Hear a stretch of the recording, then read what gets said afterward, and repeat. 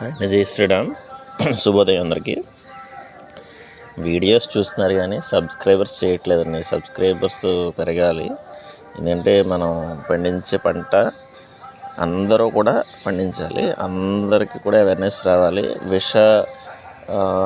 రసాయన ఎరువులు ఏవైతే ఉన్నాయో వాటి ద్వారా పండిన పంటల్ని అందరం కూడా ఏకకండిగా చెప్పాలంటే సహాయ నిరాకరణ ఉద్యమం ఎలా అయితే చేశారో అలాగే మనం కూడా ఇలాంటి పంట మాకు వద్దు అనే ఒక ఉద్యమం వస్తే అప్పుడు మనకి రసాయన ఎరువులు తగ్గుతాయి, సేంద్రియ ఎరువులు పెరుగుతాయి.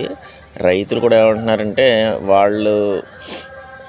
వాళ్ళకి ఎక్కువ ఆదాయం కావాలి, అదేవిధంగా ఎక్కువ సార్లు ఎక్కువగా పంట పండాలి.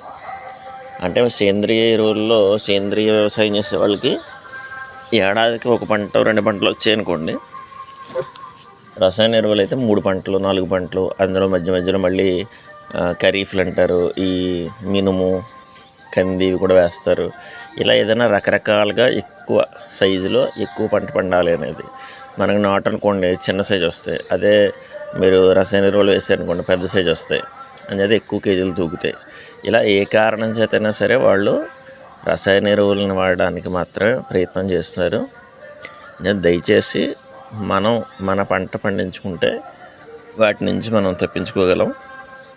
చాలా రీల్స్లో చెప్పాను నేను. టమాటా మిర్చి అని ఎక్కువ విరివిగా రోజు కావాల్సిన పదార్థాలు కాబట్టి వాటిని ఒక 10 బ్యాగుల్లో వేసుకుంటే కనుక మనకి గ్రో బ్యాగ్స్ ఇలా ఒకే రకం 10 బ్యాగుల్లో వేసుకుంటే కనుక ఈ లైన్ అంతా మిర్చి మాకు ఖచ్చితంగా మనకి నిత్యావసరాల్లో విరివిగా వాడే పంట పండుతుంది. మాకు టమాటాలు ఇంచుమించుగా 15 కేజీల వరకు వచ్చేప్పటికి ఈ పంటలో ఇప్పుడు ఇదిగోండి, ఇది ఇంచుమించుగా కేజీన్నర దగ్గరగా ఉంటాయి. చూడండి టమాటాలు.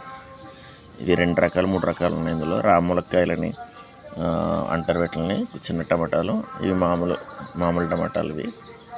ఇవన్నీ కూడా ఇవి అదే మీకు మదనపల్లి టమాటా అని మనకి చూడండి ఇలా వస్తుంది.